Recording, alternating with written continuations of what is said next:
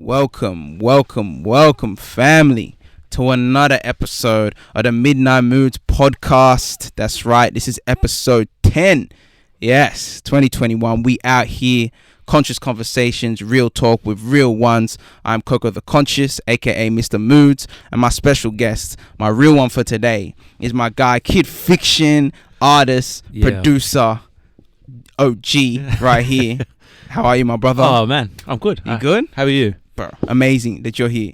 Yeah, lovely to be here. Thank you for reaching out and being like, bro, let's make this happen. Yeah. We've been trying to do it, so yeah, it's good. Perfect, man. Yeah. Literally. And man, you've had the beginning of the year. Was that when the flames started? Yeah. It's been like we all New Year's Eve, we all like fuck 2020, partying and everything, you know, like, and then 2021 comes around, and it's like, hold my beer. So I feel you. Yeah, the other morning we woke up, there's this woman kind of banging on the door at 7:30 in the morning on a Sunday morning, screaming fire, fire, fire. Damn. And my inclination was to stay in bed. I'm like, lady, do you know what time it is? I'm trying to sleep. I need my rest. It's Sunday. Yeah. Fucking go back to bed. Like, what are you doing? Yeah. Well, my girlfriend reacted very quick, and okay. she backflipped out of bed and landed into her clothes, and she's like, landed. fucking fire. Damn. Get out of here. And she's screaming at me. And I was confused waking up like that. I barely managed to get my pants on before I ran out the door. But lucky I did, because I came downstairs and the whole neighborhood's like there. Wow. And people are screaming, fire, fire, fire, switch off the gas. Where's the gas? And where are there any gas canisters? It turn off the electricity, and everyone's screaming. Everyone has a different idea about what's going on. Everyone's experts. Yeah, like they know. Everyone's trying to be a fucking hero. Yeah. And I'm like, do you guys fucking know what time it is? Yeah. Anyway. So I switched off the gas, which was right at the front of the house, the gas taps. Okay. And then I ran around the back, and my whole back veranda, like the downstairs. We live in a duplex. There's a downstairs and an upstairs. Yeah. And there's sort of a backyard, like a patio at the back. Okay. And the whole thing was on fire. Damn. Like 3-4 meter high flames.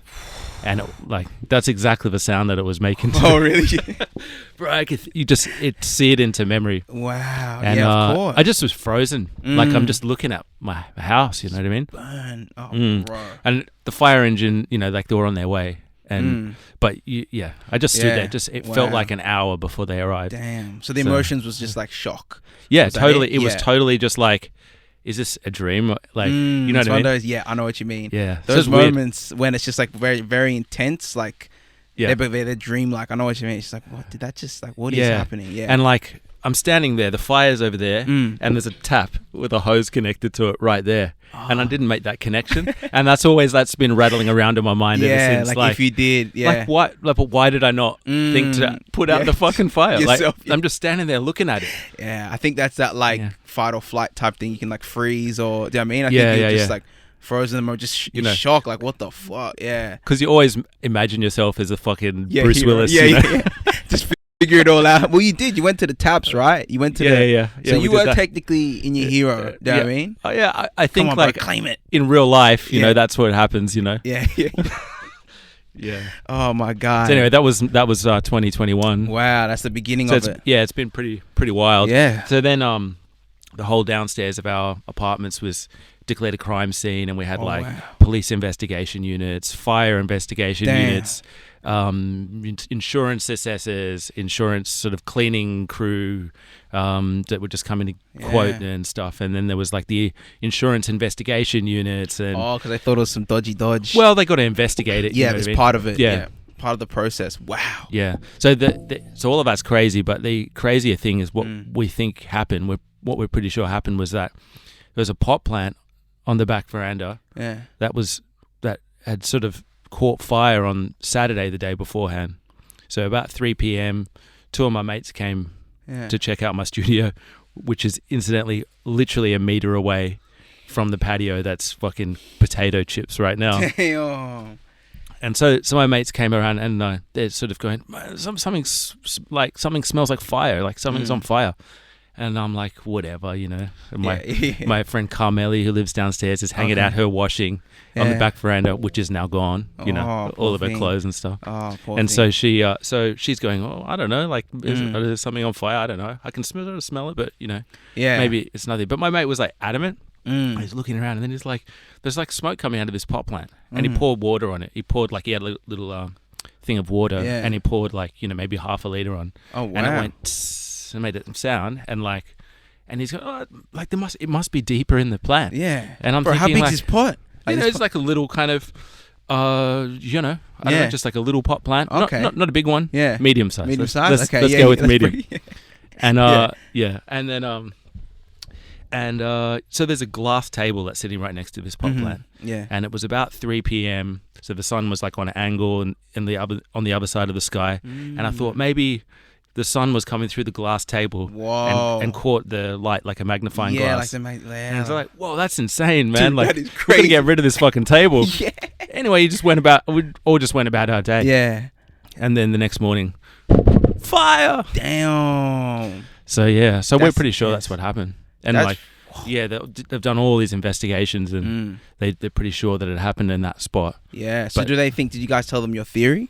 And they're all like a pot plant, but it does happen actually. Yeah. So like different types of soil can combust, in particular like mosses and like straw and stuff like that. Okay. It's because it has a very low combustion point, and if it has the right sort of fertilizers, and it gets hot enough, it can actually burn. Whoa. And sometimes like it can take a long time to burn. Yeah. So like the fire, slow burn, yeah. So the fireman that came around said like, sometimes they can sit in a pot like that for 24 hours. Wow. So it's really unlikely. Yeah. But it happened, man. Damn, man. So that was that's intense. That's how your year started. Yeah. Started off hot. Yeah. Started off with some heat. Last year was fucking bushfires. Yeah. Man, everything's that's intense. A lot of fire energy. We're like ratcheting up levels at the moment. You're right. Yeah, true. I was like combustion levels. Like 2020. That was like the story of 2020. We went from like fucking learning how to bake sourdough to like fucking burn down the police station in, you know, Black Lives Matter. True. Like, defund the police. Literally, a lot of fire energy, man. A lot of like, that's intense. But bro, that's good to know, family. If you got a pot plant, suss it out. Careful. Yeah, it's fucking some dangerous shit, man. Yeah, bro. It sounds like a 1950s sci-fi horror. Yeah. Revenge of the pot plant or something. Oh shit. Anyway, man. Well, I'm glad you're all good and everyone was safe. Yeah, in the building. Look, everyone was safe. Yeah, it's like we're very unlucky, but also kind of fortunate because if just a few factors were different, you know, the house would have been, the whole thing would have been on fire. Yeah. You know, there could have been sleeping people inside the house. True. My studio is fucking right there, like my baby with everything that I care about, you know. So that's, it's a blessing. Technically, in a way. Yeah. It's like the world's just sending us a warning. You know what I mean? It's like, be careful. Just don't fuck around. We're fucking serious this year. You know? Yeah. This is the year. How many warnings do you need? Yeah, man. Damn. Well, I'm glad the studio's all good. Yeah. Because I want to get into the music, bro. Yeah. First of all, I want to get into, this question's been on my mind. We're waiting till here to ask you. Kidfiction, the name. Yeah. Tell me the meaning behind it or when you came up with it. Was it self-proclaimed or did someone give it to you?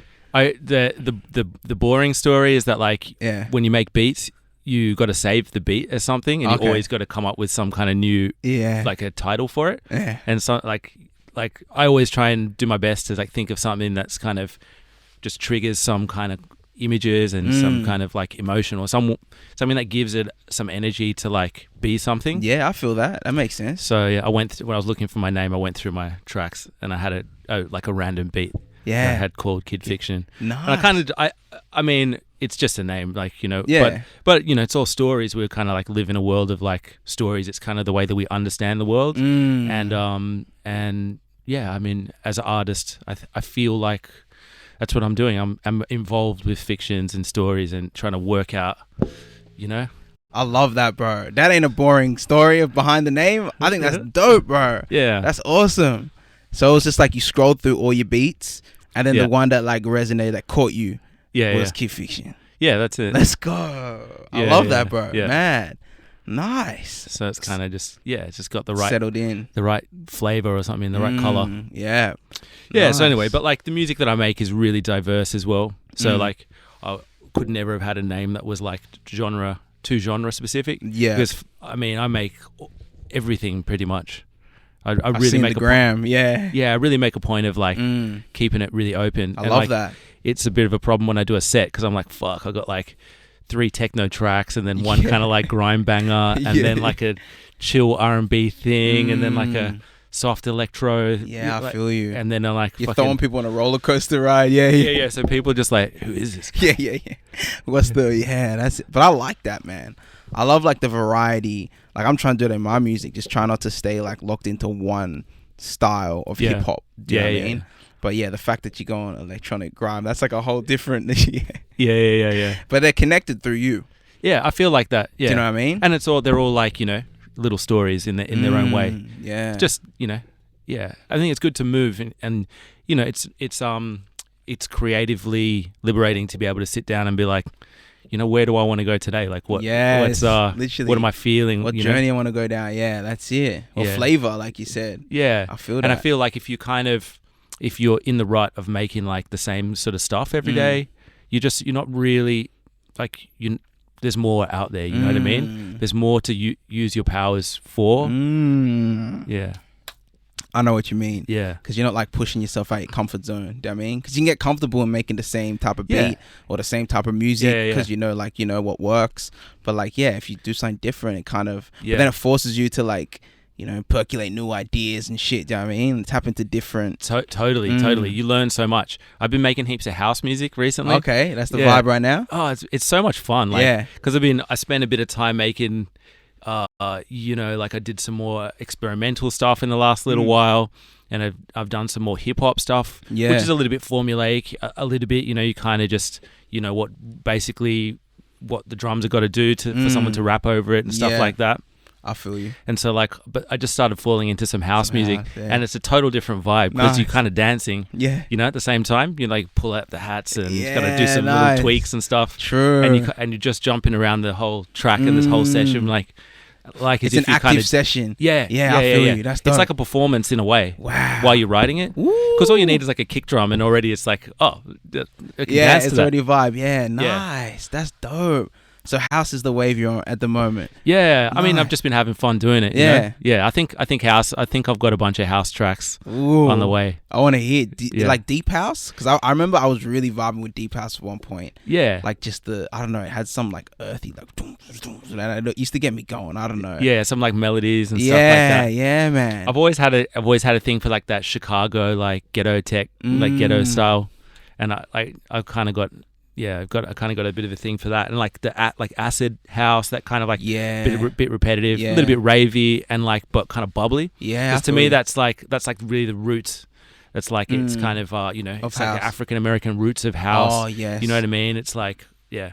So I mean, like it's all G. Like I love I love it all. But I think that's kind of the pocket that I've fallen into at the moment. I love it, bro. Yeah, that's nice. I love how you're not limiting yourself, bro. And you're just like.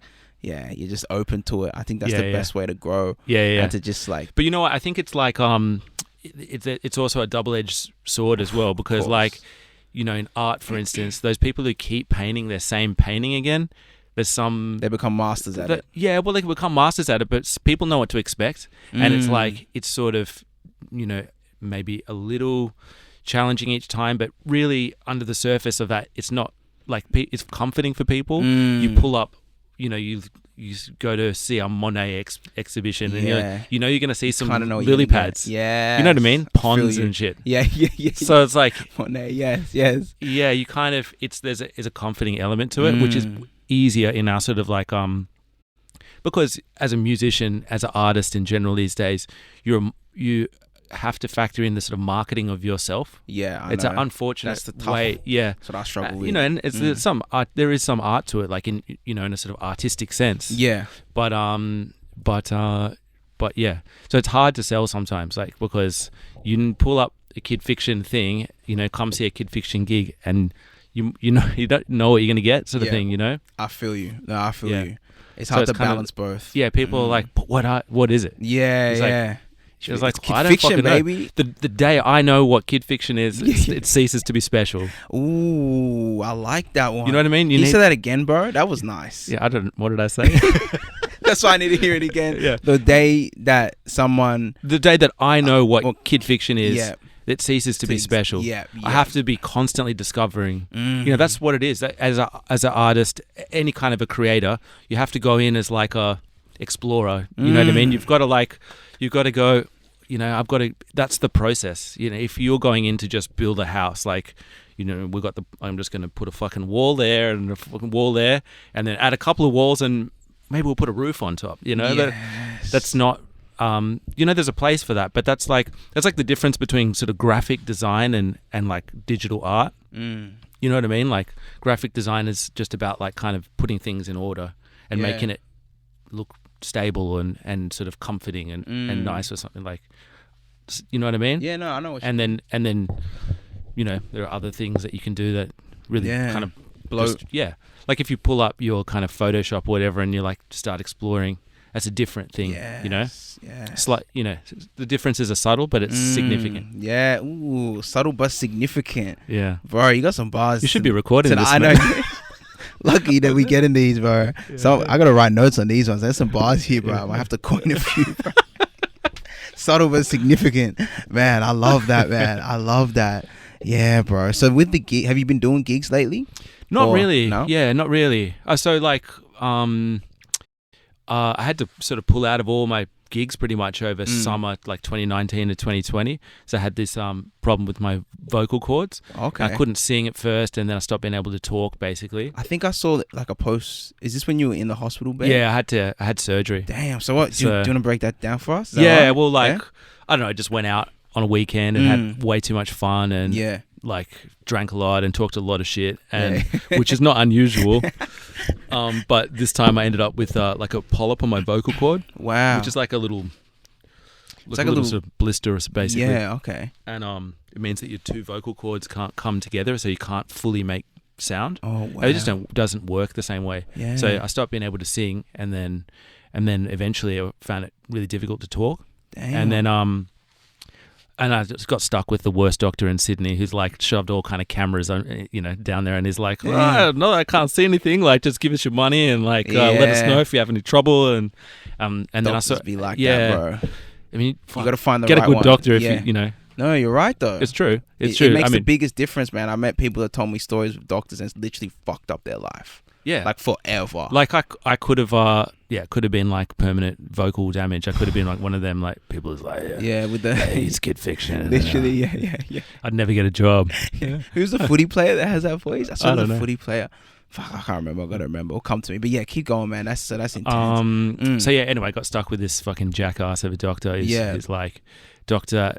Habas. His name's fucking Habas. You're exposing him right here. Let's expose on Midnight Moods. Let's go. Yeah. Like so Midnight Moods Army, like fucking get on his Facebook 1-star reviews. This fucking twat. Anyway, blast him. Yeah. Okay. Yeah, he's full of shit. Anyway, and I wouldn't fucking throw this guy under the bus if I didn't 100% believe it. You know? No, he's got all these fucking marketing videos on YouTube and stuff where he's like trying to market his like surgery, and it's like, what are you doing? Like, yeah, it's a business. It becomes a business type thing. Yeah. More than a service to help people. Yeah, heal exactly. People. It's like, he's literally just in it for the money. It looks like. Anyway, so anyway, I by the time I found another doctor, it's like, you know, New Year's and stuff like that. She was like, "Oh my God, you got this huge polyp on your vocal cord," because the other guy hadn't seen it. That was the problem. He just didn't. He didn't see it. So I got this new doctor, and she's like, maybe just try not talking for like two weeks and come back. So I didn't talk at all. I literally like had this app on my phone, and I was like just communicated with that. Like, wow. And I didn't talk for 2 weeks, and then went back, and she's like, "Man, I think we have to do the surgery." So then we did the surgery, and then you can't talk for 2 weeks after the surgery. So between January and the end of February, I was completely silent, mute for 1 month. Wow, bro. Which was that's tough. which is a weird experience as well. How was that? Shit. It's it's actually what's hectic is that it really changes the way that you think. You know what I mean? Yeah. And the way that break it down for us. Yeah. Well, you can't communicate with the world in that way. You can't really communicate deep ideas, and so you stop being able to think them. You know what I mean? You know what I mean? I started writing a book during that time just because it was like the only way to like express, just get into something. Yeah. You know, because my girlfriend talks a lot, and so she was winning all the arguments. You know. Maybe that's what happened. The universe. So I'm like, all right, I'm just going to retreat into my shell and just be like total zen about this. Nice. Anyway, so it was kind of it was an interesting experience. So that got me to the end of Feb, and then I had like you know, about a month to like start coming back out again and doing shit. I still couldn't sing. I had to do I was basically learning to talk again because you lose like control over your vocal cords really quickly if you don't talk, because the muscles are very small, so they when they atrophy, like any muscle. Wow. So anyway, so I was doing all these like vocal like speech therapy and shit like that, and then fucking COVID happened, so like the whole world went into lockdown. So I was like kind of in lockdown already, you know, in pre-lockdown, December, you know. So yeah, damn, bro, it's been a period. So you asked me about the music stuff. So I kind of had to pull out of my gigs. I did one on New Year's Eve, like 2020, which was pretty fun. Got to play like the last set of the decade and shit. Nice, bro. Where was this? We did a warehouse in Marrickville with Maina Doe and True Vibe Nation. Okay, and some other people. Fire, bro. So it was fun. Yeah. I did yell a lot into the microphone. That's Probably it. didn't help. Using the voice. Yeah, right. You got to the countdown. And shit. How much do you appreciate just having a like speaking and singing? Oh, yeah. It's again. Yeah. I just really appreciate my your health. You know what I mean? Yeah, of course. Everything, it's like a real disability to not be able to talk. You know? No, like I got to experience that. You know? Whoa. Yeah, that's an insight. Literally. Yeah. Wow, bro. So like I started writing a book, and then as soon as I could talk again, there was like no need for me to finish it. Oh, so where's the book, bro? Just sitting there in pieces on my computer. Yeah. Damn, bro, you got to release this book now. You've talked about it. Yeah, eventually. I'm more interested in in the next little while, in getting into like words in a sort of broad, like, you know, I wouldn't mind doing some like podcast stuff. Yeah. Writing. Nice. That kind of stuff. Yeah, I feel like it's part of my creativity that I'm really, and like my contribution to the world, I'm really ready to like sort of dive into. I love that, bro. Music's like, it's kind of weird because it's figurative in a way, like you can't touch it. It's not a tangible type thing. Yeah, and like there was a time when, and I had this belief that music could like change the world. Yeah. And I no longer really feel that way. Okay. So much. Why is that? I mean, there's so many great things about music, but I feel like we're at a very desperate point as a civilization. Let's put it like that right now. We're really hitting this point. Yeah. And I feel like I really want to spend some time saying stuff, like real stuff. Do you know what I mean? No, I know what you're saying. And like, I don't want to put it in like some fancy like way song for people to digest it. I know what you're saying. Yeah, like, and you want to go direct. I don't want to sort of dilute that as well. You know, I always write music and stuff. You know, always playing that. But I feel like now's the time to actually kind of get on a soapbox and like actually like to really change the world, because we're at this point now where like we're at a crossroads. Not just like going in two directions, but going in thousands. And plenty of those roads lead to oblivion. Like, you know? Facts. Facts. Yes. So now's the time for everybody. Like, you have these times in history where significant change can happen. And we're at this point now in our lives. Definitely. And there's no guarantee. You know, we're at this point now in our lives when we're young and in our sort of power. You know what I mean? And there's no guarantee that we'll ever have this opportunity. Do you know what I mean? I know exactly what you mean. Puck said something like that. So now's the time. Yeah. To work to make a better world. Yes, bro. Yeah. Literally. We got to like you said, like now's like that power time. We're at our like peak of power. Do you know what I mean? Where like whatever we do, whether it be music, podcast, whatever the expression may be, it can really hit, do you know what I mean? And shift like people into like, just not even shit, like spark. It's about sparking people, I feel, do you know what I mean? Because the more people that do that, you know, the more it moves, you know. But I love how you said like the music kind of dilute. I know what you mean. I know exactly what you mean by it. because it's just like, because music you can get caught up in the like fun of it and all that. There's all these fashion elements and you know, I mean, revolution is never revolution without songs. Like, you know, like... It becomes the anthem for it. Yeah, there's an incredible documentary called Amandla about music in South Africa and the sort of anti-apartheid struggle. Beautiful. And how, you know, music was a fundamental part of that because it brings people together. Yeah. You know, like you like there's a whole thing about, you know, why do armies have bands? You know, they have music and they like that was like for hundreds of years in Europe, probably in plenty of other parts of the world, Africa as well. Yeah. People went into war with music. Literally, war chants. Because it unites, you know, and that is a power of music. And you can't have real revolution without song. I feel that. But you know, like when you have like the sort of, you know, this outpouring of emotion, like with like Black Lives Matter in, you know, the last year. You know, I feel like songs are not necessarily what people need. You know, we need material support. Yeah, you know, we need to like work out how we're actually going to change something. Yeah, Black people have been singing songs for a very long time. Yeah, literally. I know what you're saying. I know. Yeah. I feel that. It's like we need like kind of structured ways and like ideas to, like, the music is great to bring everyone together, do you know what I mean, like you said, but we need those, like, how are we going to get it done, do you know what I mean, how are we going to move the needle, you know, we need more of those. And it's like conversations like this, podcasts that are really like moving that, which I've noticed. And maybe that's why they're so big right now. Like, podcasts are huge, you know, like everyone's tapping into podcasts and all that like open dialogue.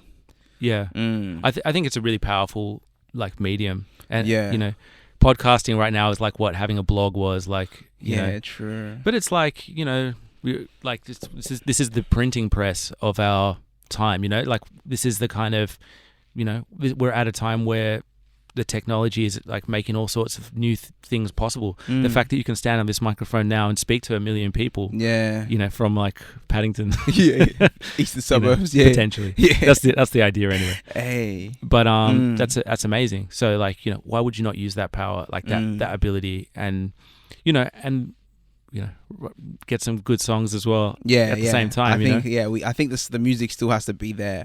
But I know what you're saying. It's like there's other ways, you know what I mean, to channel that, to fuel that. Yeah. And like, I think that's subconsciously why I do the podcast as well, because I make music. But it's just like, I feel like, there's just, because that's what I resonate with. I mean, I watch a podcast, like even like, I know Joe Rogan's huge. I watched that one. But there's things that are said that just like spark so much in me, which could even spark a song. Yeah, I mean? Yeah, absolutely. Like, whoa. And that's from just a dialogue between two people. Yeah. It's like, power. Yeah. Power. Yeah. Oh man, big facts. So with the Black Lives Matter, because you're South African. I'm a bit of everything, man. So like, my mum's Jamaican. Okay. So so her side of the family is all Jamaican, and my dad's half Iraqi, half Ukrainian, Jewish actually on my dad's side. Oh wow! So I grew up Jewish. So you're Arab? Yeah, technically a quarter Arab, quarter Russian. Wow, yeah. So I don't have the Russian technically. Yeah, wow, that's dope. Yeah, man, I had no idea. Yeah, bit of everything. You know what? Like, in the sort of journey of my life, I've really understood that it doesn't really like matter. You know what I mean? Because I went to a Jewish school. I was like the only black kid at a Jewish school. You know, I went to like another school. I was like the only Jewish kid. Yeah, so it's like, you know. It actually doesn't. It just really doesn't matter. It really is, you know. And literally. Like in order to sort of transcend, you know, like the destination is to transcend that stuff. You know what I mean? Like I always reject those kind of labels. Like I don't actually enjoy being described as black. I don't look in the mirror every day and go, "Wow, it's a black person." Like, wow, I'm black. Yeah. No, you know I what I mean? You don't feel yourself. No one feels themselves in that way. It's so true, bro. We've just been taught or programmed to be like, that's black and that's white. It's like, no, white people, like, well, people that have white skin aren't even white. It's like, it's just we're all different shades of brown if you really break it down. Yeah, for sure. Do you know what I mean? That's literally what it is. I was saying this other day, it's weird that you said, even used the word transcend, because I was talking to someone about this literally yesterday, because it was my cousin who was telling me about brought up racism, and he's just like, yeah, man, like, because he's been with me like my whole life, like from childhood, 2 weeks older than me, and it's like, I've seen, you know, I've experienced you experiencing it. I just wanted to know that if you're all good, blah blah blah. Like, it was like a D&M type thing. I'm like, brother, like, I've transcended that a long time ago. Do you know what I mean? Yeah. Like, it doesn't, like, I'm trying to move past the whole black white type thing. Do you know what I mean? It's like, that's what keeps us in the box. Yeah, that's what keeps us in that. Keeps all of us in boxes, locked you know in. What I mean? Yeah, and separated, and exactly. I think that, you know, it's part of the journey of our species in the next, in the like far future. That we, I mean, that's petty. I mean, so it's petty. Fucking ridiculous. I feel you. No, you know? I feel you, bro. And it's like, so back to the shades of brown. It's hue, like, means brown or something, like the hue of something, and then that's why we're called human beings, because just we're all shades of brown, bro. There's no black, there's no white. It was never that. It's literally we're all one shade. And it's just we're on different spectrums of that shade. Yeah, totally. So it's like, I mean, it's like, if you like, there's no borders in like. Thank you. It's just like, let's get into that. It's a total fiction. Let's get into the total borders, story. Bro. So if you start, like, you know, in France, like, it's like mostly white people in France. So if you've been to France, it's not so much. But like, you know, you jump in a car and you drive, you know, out towards like Eastern Europe, and then you hit Russia, and then you hit China. It's like, oh, hold on a second, what happened? I'm in China, There's no border though, you know. It's just a continuum the whole literally. way. You pick a direction and you go there. It's just continuum. The whole concept of white people would develop very slowly, you know, and it was like really, it happened much like, it was really a facet of colonialism. They needed something to say, I'm better than you. Yeah, you know what I mean, or I can, you know, exploit you for my economic benefit, basically. I feel and that. so there was like, oh, we have to have categories. There has to be a reason. And it was still, I mean, when like Greeks and Italians came to Australia, they were treated as, there was racism. Yeah, they were course. treated as outsiders and sort of racially vilified, and all that stuff. And now it's like Western civilization, you know what I mean? So it's like, they have courses at university on Western civilization, which is like, really? Okay. Well, yeah, I mean, it's like a thing. They talk about the West and all that stuff, and it's like, what do you mean, Turkey and Lebanon and you know, Egypt? Yeah. They kind of had pyramids going for literally, you know, from day one. You know, had a huge impact on you know, sort of Greek society and stuff like that. Bro, mate, most of ancient Greek is just like rebranded Egyptology, bro. Like, I know Greeks are gonna go at me about it, but like, if you really dive into it, you notice, like, so even like the Greek gods and stuff, they just they literally rebranded the Egyptian gods into their own type thing, and then we're just like, this is it. You know what I mean?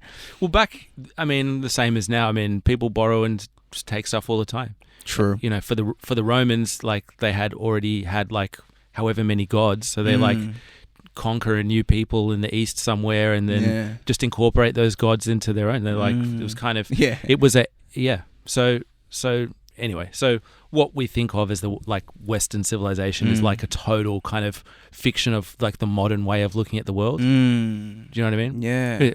The you know, Persians were part of Western civilization. True. You know, if you really want to, like, you know, delve into that, it's interesting. It's interesting how much like kind of brainwashing has been done. Do you know what I mean? Or programming. Yeah. And it's just like, once you start like noticing it, it's like, oh damn, I got to relearn a lot. You know, a lot of stuff I was taught or what I thought was real is bullshit. You know what I mean? And like, that's the beautiful thing about this time, is that we could do a lot of that. Do you know what I mean? That search for ourselves. You know? Yeah.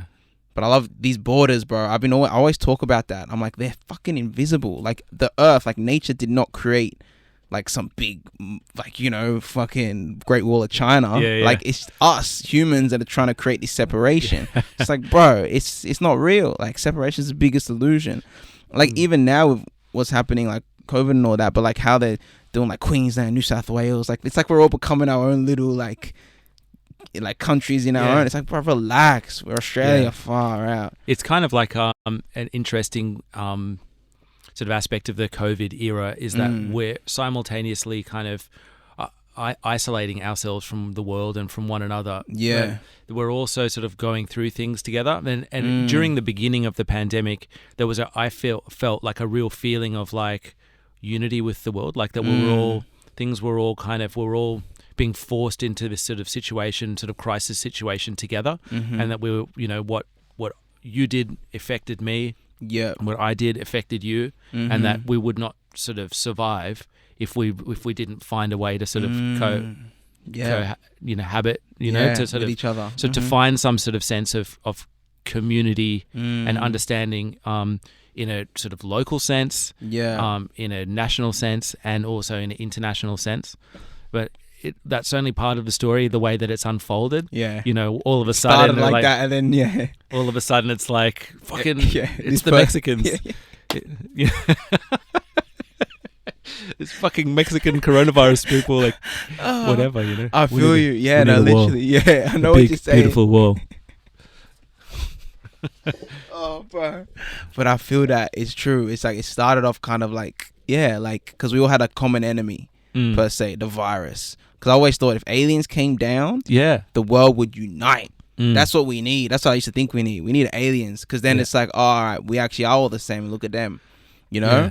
But like the COVID was that in a way. It's just like, oh absolutely. shit, look at this. Let's all come together. But then now it's just like, okay, shit, this person might have it. Stay away. I'm gonna look at you with like, bro, you sneeze now. My god, it's like a bomb went off in an airport, bro. Or you scream bomb. It's like you get the biggest looks and stuff. But yeah, I feel that. I think but I think it's all changing slowly getting there. Do you know what I mean? Yeah. Like slowly. It's like a slow. It's like what is it? There has to be like a storm before the. I don't know storm before the calm. Yeah, I think that's it. Yeah. I think that's what's kind of happening. Well, I think sometimes these sorts of crises throughout history need to reach like some kind of a peak. Yes. Before a peak that sort of forces people to be off the fence and to sort of do the things that are necessary to change, and for things to evolve. Sometimes that's a destructive but creative process in a way. I like that. Off the fence. We needed World War II to sort of defeat fascism and to defeat that kind of like ethno-racism and that sort of stuff. You know what I mean? And so I really hope that we're able to reach that kind of point through a relatively small crisis like coronavirus. Small in the grand scheme of things, yes. I feel you. Rather than, wait for it to get to something massive. Yeah. 2022 is going to be like... Like we're just ratcheting up at the moment. I had this friends come back from America and they were living in LA for the last little while. Okay. And they would just describe this whole thing of like how it would just ratchet up a step and then just stay there, like hum away for a bit, and then that would slowly become normal. And then all of a sudden, up another step. Good and point. Then that sort of just hangs around and stays normal. And by the end of the year, they're like fucking what just QAnon happened? People storming the Capitol building and like Donald Trump's like fucking... I like that. Yeah. Do you know what I mean? We're still hanging out at that level, really. So then it's just going to go... Next thing's going to come up and just going to like... And you familiarize yourself with it for a bit. And then next level again. Yeah. And so they're just like, okay, all right, we need to get out of this boiling water right now and like come back to Australia. So they kind of move back here now. But just that sort of thing, especially being so close to, we've been lucky to sort of avoid that in Australia. Yeah. We've been lucky to avoid it. Obviously lucky that, when the sort of death and destruction is not really here, you know what I mean? Hit us as bad. Yeah. I mean, the sort of social unrest and all of that stuff, but also in a sense, possibly a little unlucky that we've been unable to sort of deal with these bigger questions. We had this big Black Lives Matter protest and stuff like that, and then the Prime Minister came along and changed one word in the national anthem and was like, "Oh, we've solved it now." That's what it was. That's what it was. Was that the one? Good on you, ScoMo. Fucking to the rescue. Yeah, thank God for ScoMo. It's cured the world of racism forever. He changed a lyric. Smiled for the cameras like, I'm going to go back on holiday now. But I was saying that the other day. I'm like, where is? I didn't even know like who the dude was at one point. Yeah. But no, because when things go bad, he just disappears. It's the fucking let Dan Andrews deal with it. Escapes. And when things go good, he's at the front going, "How good is Australia?"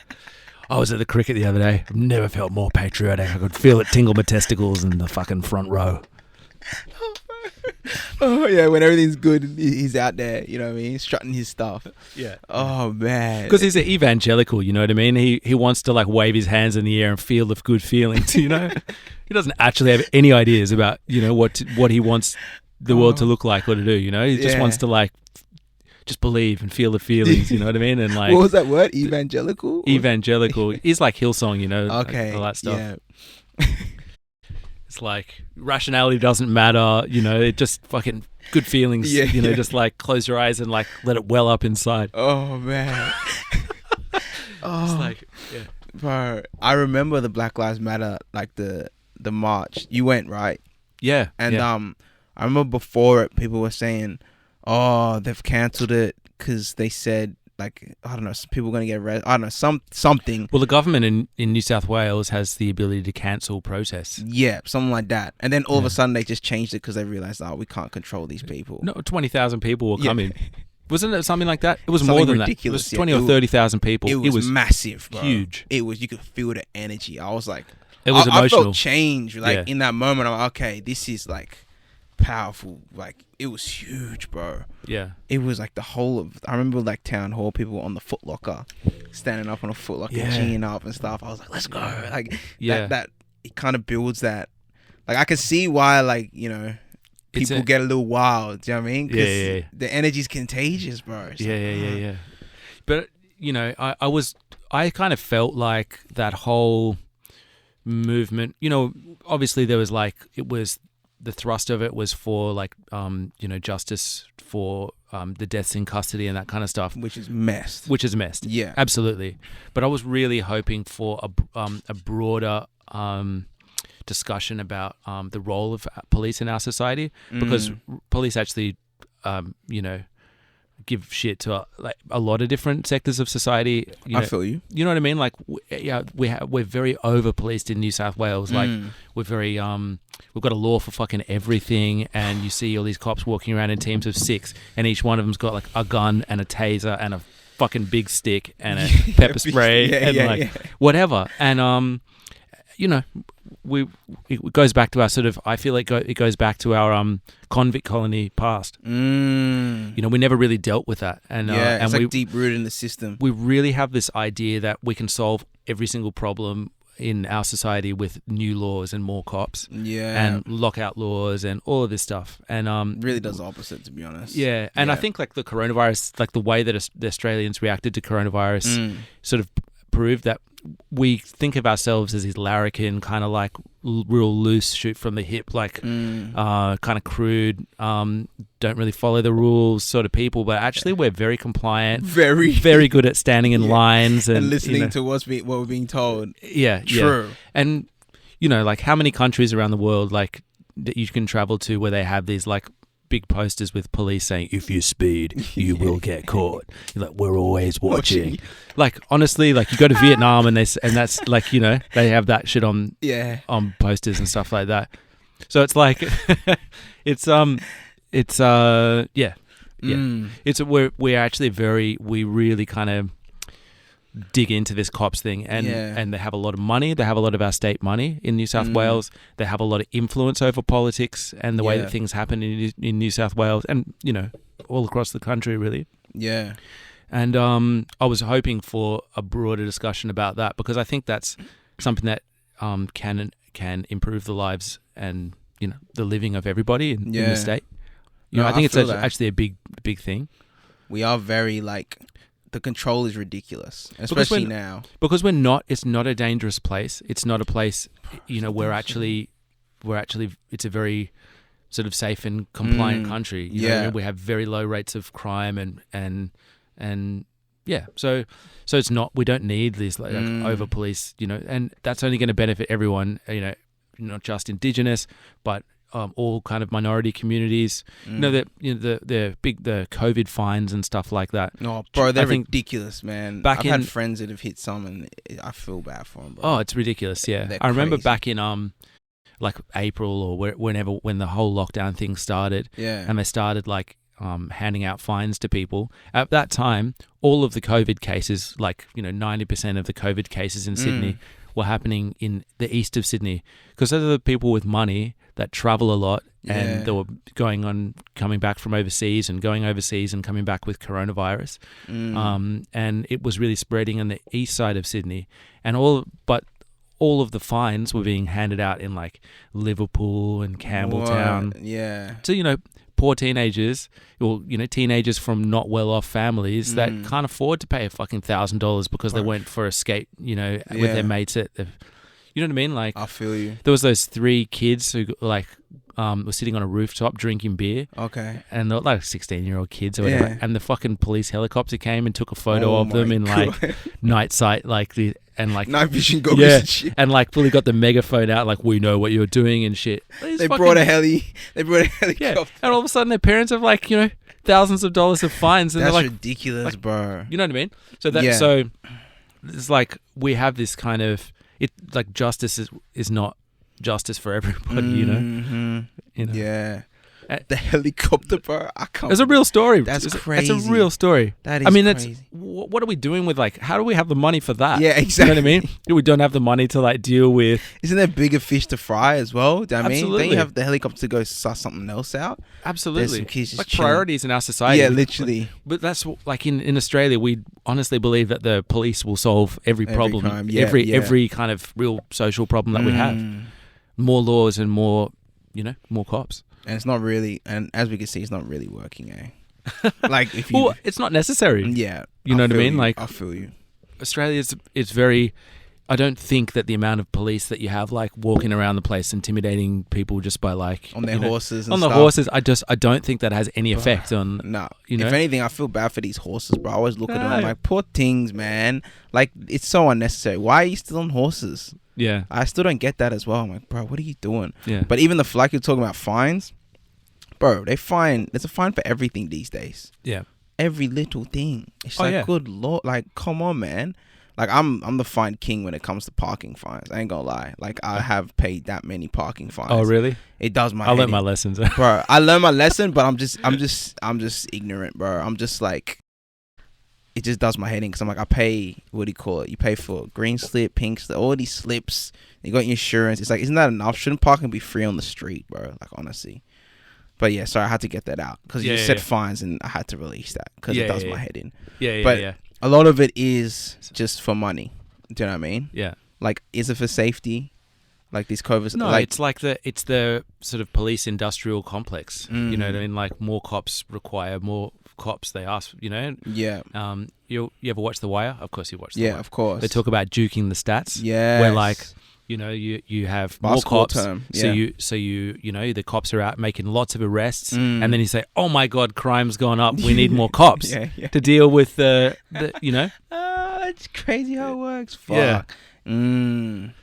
So I don't know. Damn. So I was kind of hoping that might be something that was more understood. That we were all out there, 30,000 of us in the park, making a statement, and then what the newspaper said the next day was like, "Oh my God, that everyone's gonna die of coronavirus." Yeah, I remember. All the black people are giving us coronavirus. That's whack, Yeah.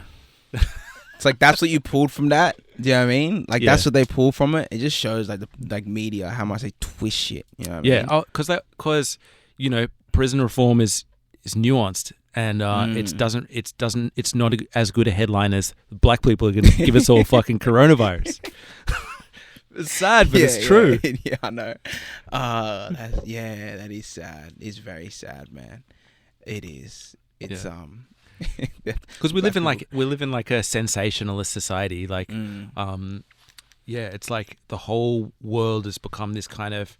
News has become entertainment, and celebrities are sort of like, revered more than like fucking scientists and doctors and shit like that. Like, our society is in trouble if fucking Jamie Oliver is more famous than the dude is fucking curing cancer right now. It's so true. No, you're right. The priorities all fucked up on all levels, and it trickles down, right? Yeah, it literally trickles down to, like, for example, the helicopter going to some kids on a fucking rooftop. So it's just like, the priorities are fucked up. That's a good point. We've got to switch it up. Yeah. So which is brings me back to my more podcasts, more like okay. point. You know what I mean? Full circle moment. Bring it back, bro. Yeah, I love it. Yeah. I mean, songs are good. You know, food's good. I like food. Jamie Oliver looks like a lovely guy. You know, never met him. You know, he makes a good fish. Yeah. Sure, he's a lovely guy. Yeah. You know. But you know, we're frying bigger fish right now, to like use a pun. I like that. Yeah. Literally, there are bigger fish to fry out here. Yeah, it's so true, man. It's so true. We got to change our priorities, shift them. Yeah. But you know, music has to have a part in that as well. And I don't know, what do you think about like, we had a very political year. I feel like there wasn't that much new political music that came out. Point, there was a few like artistic kind of like, you know, interpretive fucking dance, like feeling like feeling artistically about like, oh, I'm so caged in like my world right now. I know what you say, or something like that. You know, I'm caricaturing, but like music wise, I feel like there's not the same sort of template in pop music and pop culture for sort of like, you know, protest music or like politically, genuinely sort of politically active music as there was in like the 60s or 70s, like there was some like I think Black Thought had an album last year that was very powerful. Do you know what I mean? That was kind of like that, but it wasn't mainstream. Do you know what I mean? It wasn't pushed out. You have to like Black Thought, the rapper, in order to, do you know what I mean? And they weren't going to push something like that. Because all we seem to get in pop culture is like fucking, you know, Nike is gonna like buy Colin Kaepernick basically put him on the front cover. True. Meanwhile, they're getting their shoes made in like a sweatshop in fucking India. Biggest contradiction, bro. You know what I mean? Fact, yeah. So it's like, I'm there's not like that sort of like. I mean, maybe Run the Jewels. Yeah. I don't know where does that I know what you're saying. That template exist in like pop music anymore? Yeah, no, I don't think so. That's a good point. I don't think so. I really don't think so. And it's kind of intense now. I'm like, now that it dawns on me, it's just like, whoa. But there was a lot of music that came out of that situation. Yeah. But yeah, it just wasn't, I don't know. It didn't have, I don't know, man. It's a really good. It didn't really sort of percolate into that's what I'm trying to say. Yeah, like it didn't rise to the top. Like it didn't really. It was still singing WAP. Literally. You know, that was like, how is that the biggest track in like 2020? No one's even in a fucking club. Everyone's like sitting at home going, like TikTok and the WAP. Oh man, that's sad, bro. Because you're right. That's the truth. Literally. Yeah. Like in the 60s, like, you know, like Bob Dylan would write like 10-minute songs that were like, oh, people would like listen to the lyrics and think, what does it mean? Yeah. I mean, it was a different time and culture and stuff like that. Like the world was different. You know, you see like copies of Playboy at like, you know, op shops. Yeah. It's all text, you know what I mean? A couple of nipples and like, you know, and it's just all text. Yeah, you know, yeah, like, I guess that's what like, you know, people were interested in ideas and they read books and stuff like that. You know, our society now is relatively illiterate compared to that, and sort of we've devolved into this kind of like where the spectacle is more important than the substance. You know what I mean? Like fucking kids in like Harlem or whatever want to grow up and be LeBron James, not because he's a great basketball player and he's worked so hard to be, you know, a master at his like craft and stuff like that, because he's famous and because he's rich. Yes, and because he's got like people following him around. Everyone likes him. I like that. This was a substance over spectacle over substance. Spectacle over substance. Wow, that is a good point. Yeah, people just want to be famous. Yeah. You know, there's and in like the way that the media is, the more complicated and nuanced something is, the less digestible it is, and the more it kind of people just, you can't get that in like a 10-second TikTok, so it doesn't register. Because we want shit fast and quick, like because we want shit fast and quick, instant. So everything has to be instant. Yeah. You know what I mean? Like literally, that's like, and you can see it in the music, like lyrics. Do you know what I mean? Everything's become more simple, which is good to a point, because it's like it's easy for people to digest. Yeah. But like you said, like you can miss so much. You know what I mean? Yeah. It's like we're really at a point in our development as a species, like we're like not that far evolved from monkeys, but we have nuclear bombs and we have like everything that we need to like fuck up life on planet Earth for like forever. Yeah. You know, and all we can sort of get our heads around is like these sort of simple things. Like they're very complicated, challenging issues in the world right now, and these competing forces and things like that. And, I mean, we'll have to find a way. I mean, I'm complaining a lot. You know, I'm sort of describing the problem. Yeah, let's get some solutions. Yeah. What do you think? What are some that have come to you lately? I think I'm amazed to see this whole thing on Reddit right now. Okay, you know, what's happening? You know, like this, the GameStop thing. No, I don't know this. All right, so so this is like one of the most incredible kind of protest moments I feel in like a very, very, very long time. Okay. So like, you know, during Occupy Wall Street at the financial crisis, when Wall Street basically sent like millions of people across the planet and, you know, financial institutions and so into sort of, you know, poverty and losing their house and their homes and everything they own and stuff. Well, they got super rich and didn't get called up on it at all. So people sat on Wall Street for like months and were like, we're demanding like that, you know, that we take these people to that they face the same justice as anybody else would in our society for the crimes that they've committed. When it never happened, you know, Obama, one of the worst things that Obama did, I feel, you know, getting elected right in the middle of all of that was like, okay, now we're just going to put these people in the White House. And, you know, so all of his sort of economic team were all kind of straight from Wall Street, you know, right after they just fucked up the whole thing. Damn. Anyway, so flash forward 12 years or whatever it is. There's a company called GameStop. Yeah. And I think they're a retail company in the States that does video games, but because nobody's going to shopping malls anymore, and like you can buy video games online anyway. Yeah, literally. Like people aren't going to the shop, so Wall Street was betting that GameStop would fail. So they bet that the company is going to go bankrupt and it's going to go, like the stock price is going to go to zero. And so what they do is they short that. It's a sort of term which is really complicated. I sort of barely understand it. Yeah. But basically you make lots of money if the stock goes down. Okay. Yeah. So, but the way that it works, and it's kind of complicated to get your head around, but if the stock goes up, you lose money. So if the stock's $5, which was, I think it was like roughly like $5, and it goes to zero, you make 100% back on your investment. So you invest $100 on this bet. Yeah. You make $200. Okay. So you can only gain what if it goes down. Yeah. Yeah. So, but if it goes up, they lose. Yeah. So if it goes to $10, you're back to zero. But if it goes to $15, you're actually pay. Yeah. Like so there's actually because there's no height, no limit as to how high a stock price can go. You're betting that it could go down to zero. Yeah. But because there's no limit as to how high it could go, there's no limit to how much money you can lose. Ooh. So anyway, all these Wall Street guys had betted that this company GameStop was going to go from $5 to zero, and they would make billions of dollars. Yeah. So they put billions and billions of dollars onto this bet, right? Yeah. That the stock price was going to go down to zero. All these people on Reddit saw that and were like, hold on a second. Yeah. Like, you know, I like GameStop. I like going down to the shop and like checking out my games. Yeah.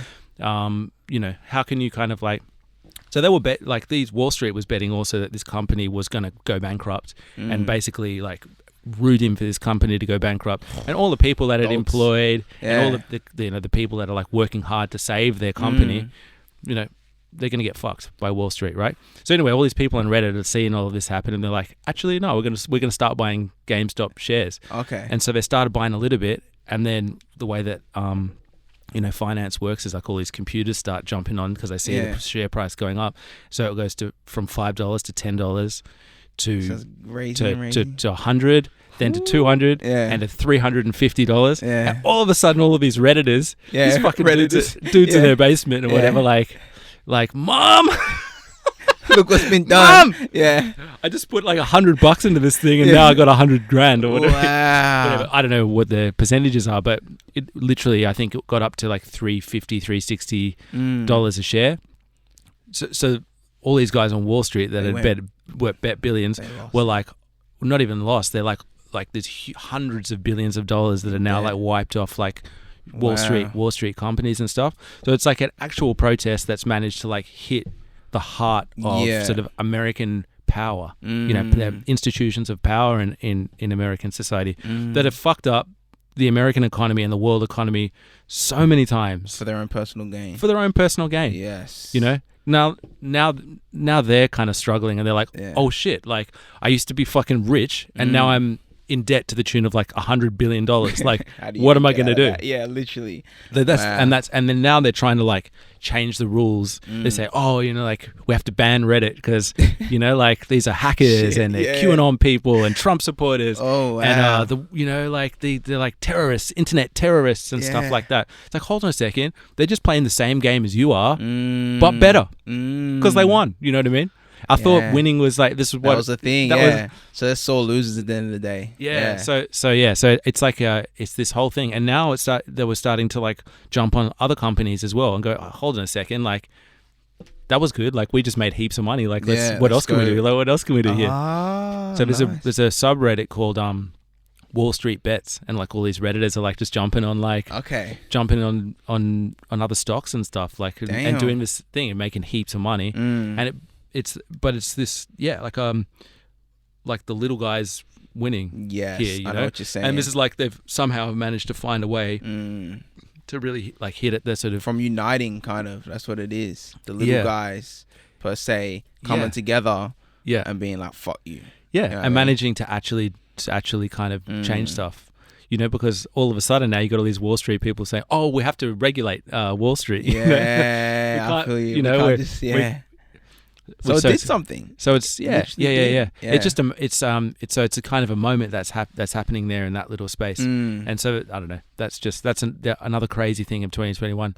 And it's kind of like, again, hard to digest because it's like fucking finance and like I barely even understand it. Finance, No, but I know what you're saying. Like the moral of that is like that unity aspect of like us or people that are kind of, when I say little guys, it makes like, I don't like to say little guys, but it's just like these small percentage that are kind of pulling the strings in this like system, this structure. Yeah. It's the ones under that are just copping it all, coming together and being like, nah, that's not on. Do you know what I mean? Kind of like the Black Lives Matter walk. You know what I mean? It's coming together, uniting for one thing and being like, nah, we don't stand for this. Let's change it. Yeah. But they put action behind it. Yeah. And I think that's what's missing. An action that hit in the right spot. Like, oh shit, maybe we do need to worry about what we do, like the way that we conduct our business. Yeah. Because we could like lose everything that, all our big stacks of money that like that, give us meaning in our life. I see what you're saying. Yeah. So it's being tactical with the action. Like where are you going to put that energy if we unite? It's too often that you see these kind of protest movements that pop up and then nothing happens. Like, I mean, I sort of like lost. I'm not up to date with like where, during the Black Lives Matter protests and stuff, there were all these like local police departments and local councils and city mayors and stuff like that were saying, yes, we have to change stuff. We can't continue to like do business in the way that we have. We need to, mandate body cameras and we need to, change the way that we handle these kind of issues when they pop up. Maybe it shouldn't be the police that are investigating the police every time. Makes no sense. Yeah. Maybe we need to set up an independent body, or maybe there's this thing that we can try or that. So, and some of that was quite bold and experimental. I think in the city where they burnt the police station. Was that Kenosha? Was this in the States? Minnesota, yeah. The original like city where they. I'm not sure where it was, but I've heard about this. The mayor was like basically said, all right, we're going to disband the police department and remake the police department from the ground up, because you can't just you got to edge tweak here and there. It's not a few bad apples. Again. It's a systemic problem. Yeah. Like we can't just fire these sort of people. We need to completely remake. I like that. Yeah, and that's the only way to deal with these big structural issues. Of course. You've got to kick them all out and break it down, change reach things. it. Yeah. You know, interestingly, like they did that in Iceland. So during the last financial crisis, there was a big. So like Iceland had sort of was very heavily invested in the US like housing market. Okay. And when that went belly up during the financial crisis, Iceland was all of a sudden just like, fuck. And so like the people of Iceland kind of like, there was this huge protest movement and they basically demanded that their government resign, and they had a new government with a new, they might have even like tweaked the constitution or something like that. There was like there were a lot of very big changes. They were like, no, okay, you guys can't do this. You can't, you can't fuck us over and just get away with it. Like we're not just going to like change one little detail and just get back to our whole switch up. Yes. Which is amazing. You know, so I like that. More of that. Yeah, I more fuck with that, of course. Yeah. You're right. It's like a reset. Yeah. You know what I mean? It literally all needs to be changed from the bottom up. Yeah. And that like, and yeah, it's the system really. It's that whole fucking system. Starts from like the education, like to everything needs to just change, remodeled somehow, some way. Yeah. Yeah. And, you know, we can't continue to have like protest movements that don't actually have change. Yeah. There has to be some point at which things do change. Yeah. You know, we ended up with like Joe Biden and Kamala Harris and which is like it's a bit of a joke, you know what I mean? She's like she spent like so much of her career prosecuting black people in California. I've heard this. He was like the architect of the crime bill, which has like put tens of thousands, if not more, people in prison, most of whom, you know, plenty of whom are of color. You know, and economically disadvantaged, you know, as well. So yeah, it's like it's like you got to pick two. Like so it's like both are poison, bro. Yeah. It's I know what you're saying. So I don't know. Yeah, but I don't know. So we were gonna get to like what the fuck we're actually gonna do about it. But I guess that's part of it. That is part of the solution. Resetting it or changing it. Do you know what I mean? Not trying to just change one thing like you're saying in it. Literally flip it over.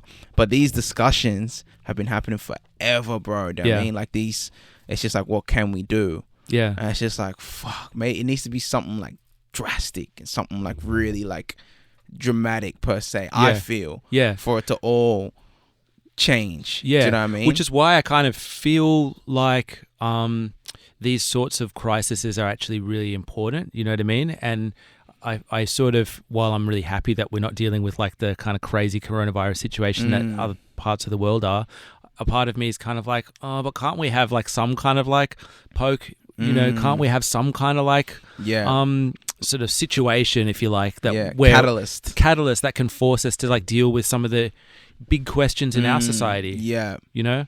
I feel you. It's like how you're talking about how it's ramping up and stuff. I think it's happening like naturally. Yeah. Do you know what I mean? Like I think naturally, just through the cycles of fucking the universe, this is happening, you know? And like that's why it's all, when you said that ramping up analogy, I love that, because I think these are those catalyst moments, cataclysmic moments where it's like rising and rising and rising. We just gotta buckle the fuck up. Yeah, do you know what I mean?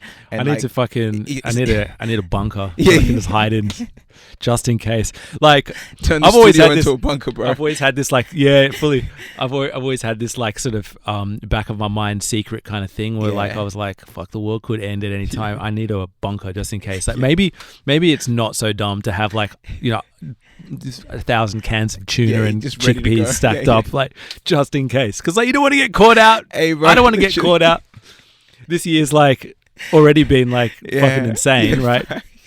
I'm like, maybe that's just not that. Maybe it's not that dumb. Like, maybe it's not that crazy. I've had moments like that as well. Learn to like hunt your own food and shit. No, I've been collecting seeds and shit. Oh yeah. Yeah, I ain't fucking around. I've been collecting seeds. So I'm not that crazy. Nah, bro. I think we're all going to that.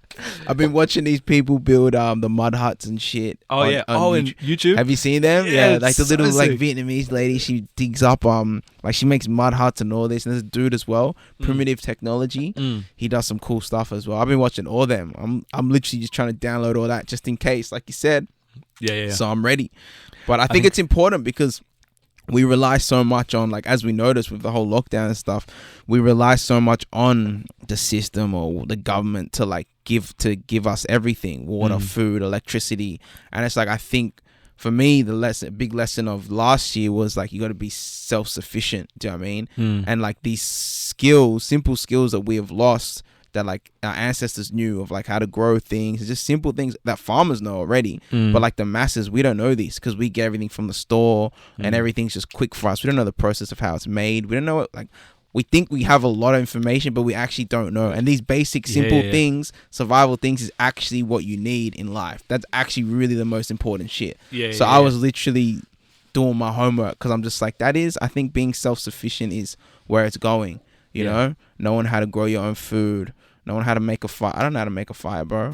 I have no idea. Do you know what I mean? You probably want at least like 100 boxes of matches just in case, like just in a house somewhere. Like, you never know. And shit, You never know. Literally. Man. But that was definitely my lesson of last year. It's like, you got to become like, how do I clean water? Yeah. Do you know what I mean? I don't, like, you know what I mean? Shit like that. It's just like, these are the simple things that I think we all should know. Yeah. And I think when we don't become reliant on the system, on the government and stuff, then we stop giving them so much of our power. Yeah. Do you know what I mean? Because literally that's how they have the control. It's like, they do everything for us. Yeah. So I think that's maybe a solution right there as well. To become self-sufficient. Yeah. You know?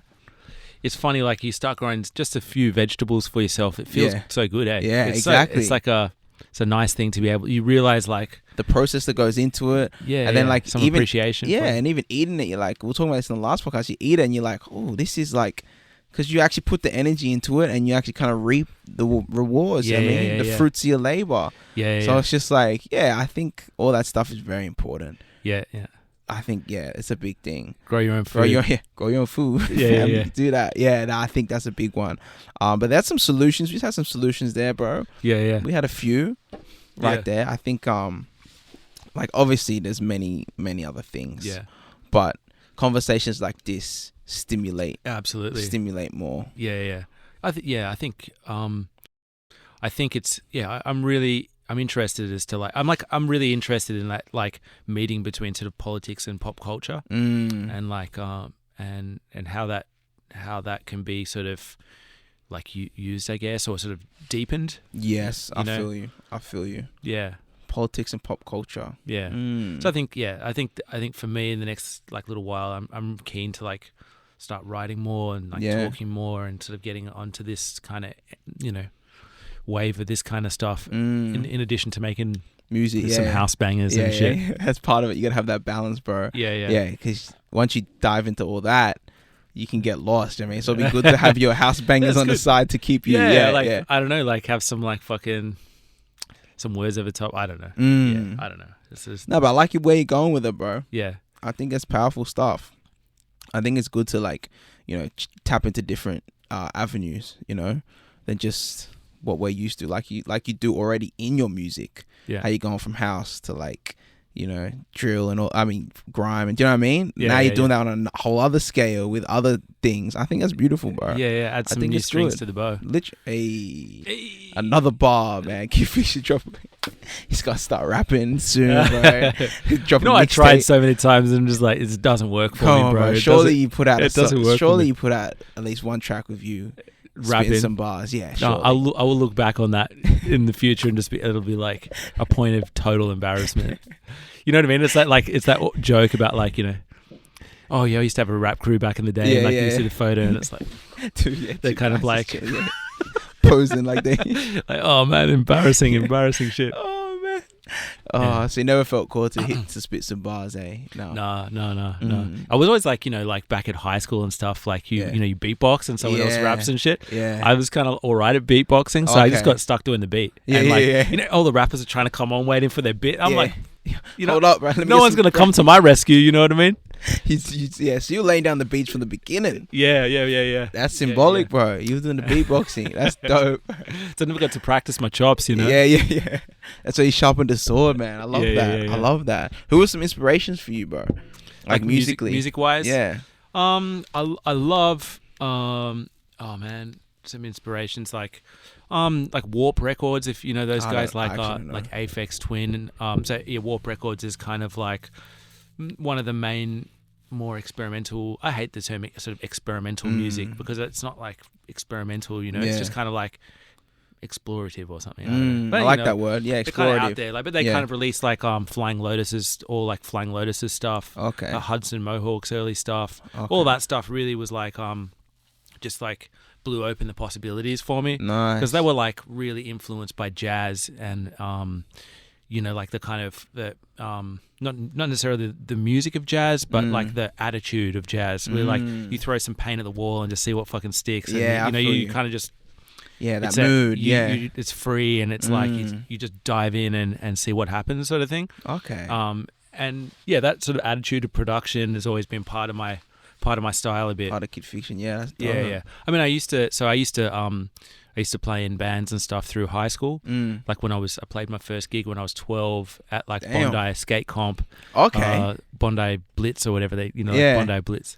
Yeah. Wow. So that was the year 2000.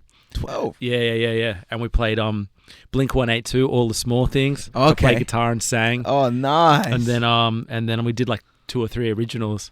Oh, dope. Which are all just kind of like like one riff, and I would like throw my hair around and shit, and like nice, bro. Fucking like Kurt Cobain or something. Yeah, I don't know. Feeling yourself. Yeah.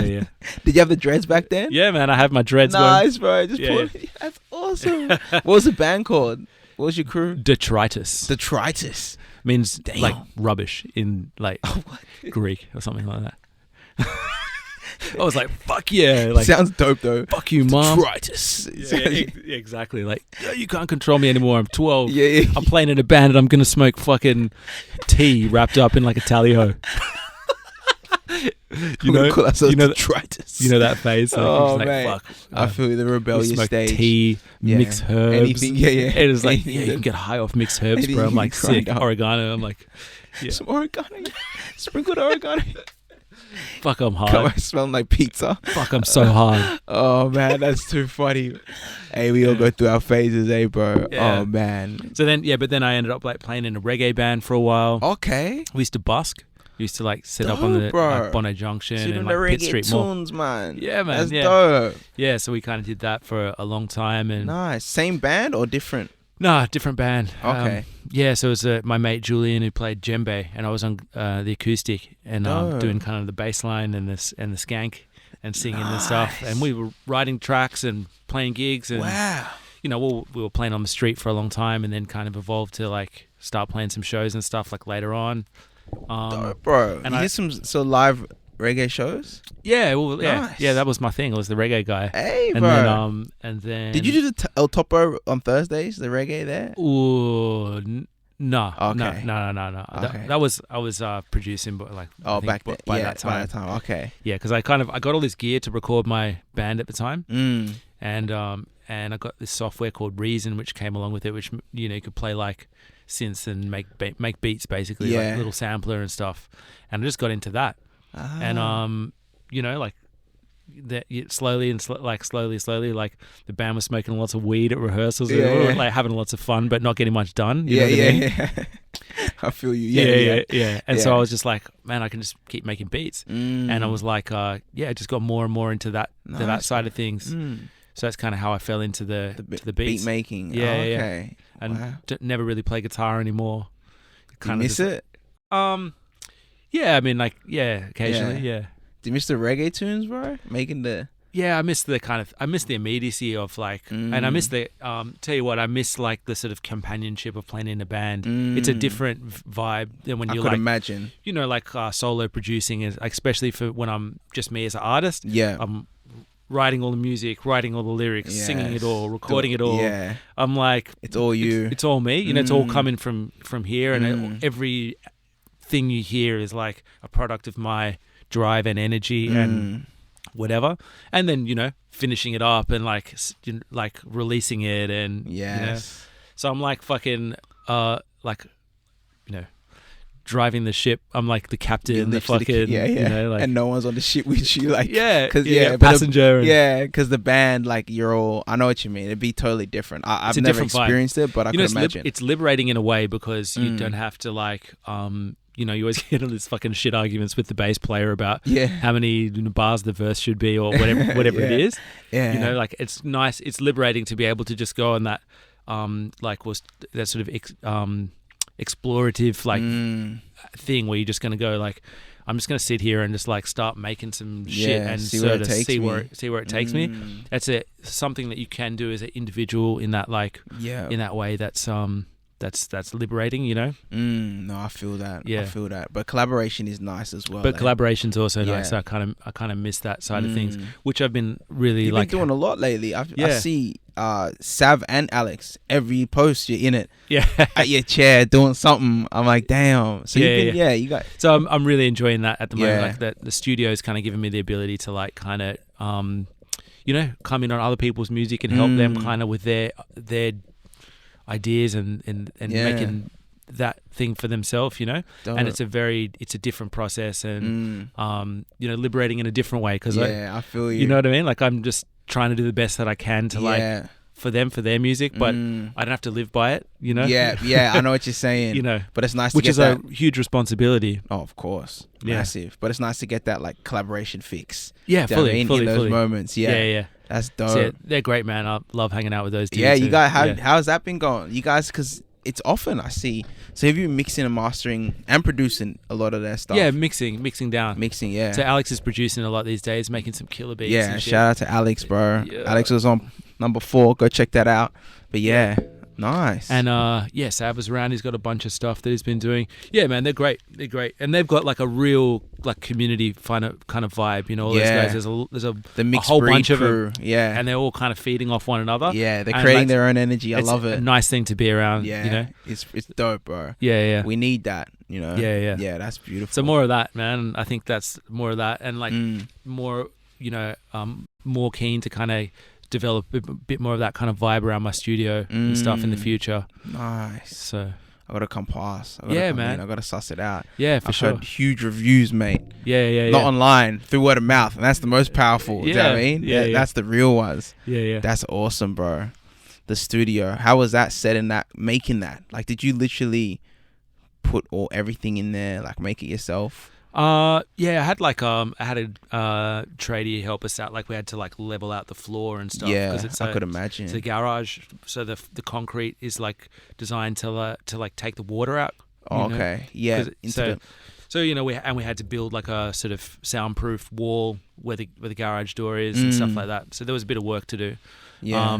So I obviously couldn't do all that stuff, but all the acoustics and stuff like that. You know, was there with nice. Me and my dad just built some like bass traps together. That's dope. Yeah. It must be like when it's all done, or even just now, just sitting there and just admiring your work, bro. Do you know what I mean? It's nice. It must be nice, bro. Yeah. It must be the best thing ever. Yeah. It's nice. That's dope. But you know, it's nice to be in there with other people as well. You know what I mean? It's nice to have that kind of shared space that I can like.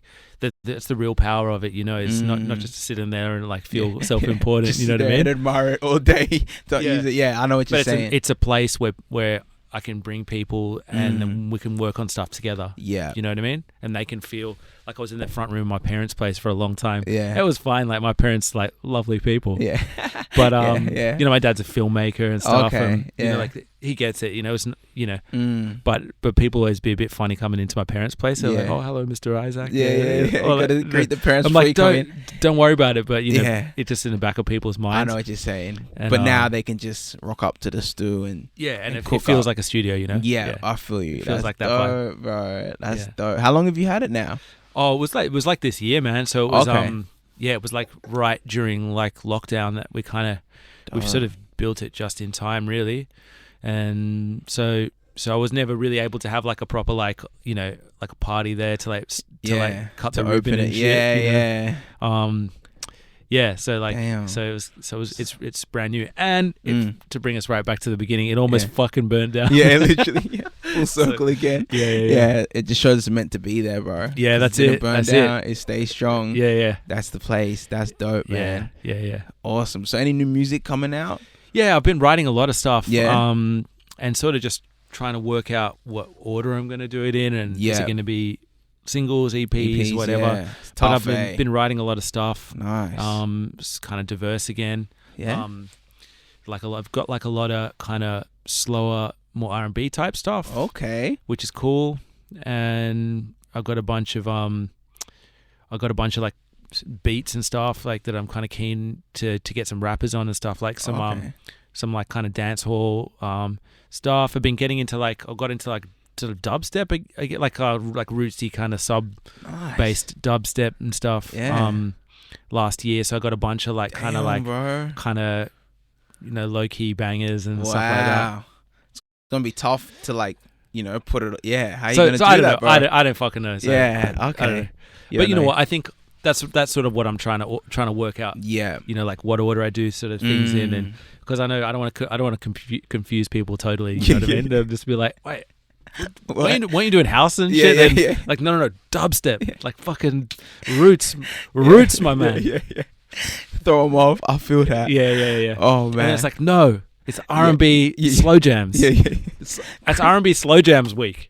No more house. Like I feel you. Tough dubstep, fucking like wartime bangers and shit. Like no, for slow jams this week.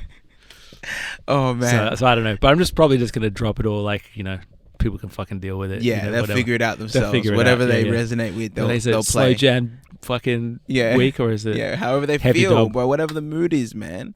Yeah, that's it. I think that's one of the that's how it kind of works on the internet now. Is like music doesn't like last that long, really. Nah, bro. It goes out and people have a listen and they're like, "That's all right." Literally, and then they're true. On to like fucking the next thing. It's a good point. Yeah. Hopefully that changes. Some songs stick. Do you know what I mean? It's got to be really fucking good. You know what I mean? They've got to be those real. Like, there's been a few, but you're right. They're very moment. It's just like, it's here, then it's gone. Yeah, you don't have like those sort of cultural waves like you used to. You know, like there was a time when like everyone would watch the same TV shows and shit, and then you'd go to school the next day and you'd be like, "Did you watch that thing on TV?" And people would be like, "Yeah," because there's like fucking 4 channels and most of them are shit. So everyone was on one wavelength. I know what you're saying though. Now we got so many like platforms, channels, and everything, where it's like, you're all. Yeah, so you don't really get these cultural waves. Like I know what you're saying. Like people aren't. Or it comes watching the same stuff. Like we're not even getting the same news. Like some people think that fucking the moon landing didn't happen. Yeah. And everyone. Oh, you want to get into that, bro? Nah, we'll save that for your part 2, bro. Yeah, you'll save that for part 2. Yeah. But I don't know. I'm just asking questions. I don't know. But the aliens, bro.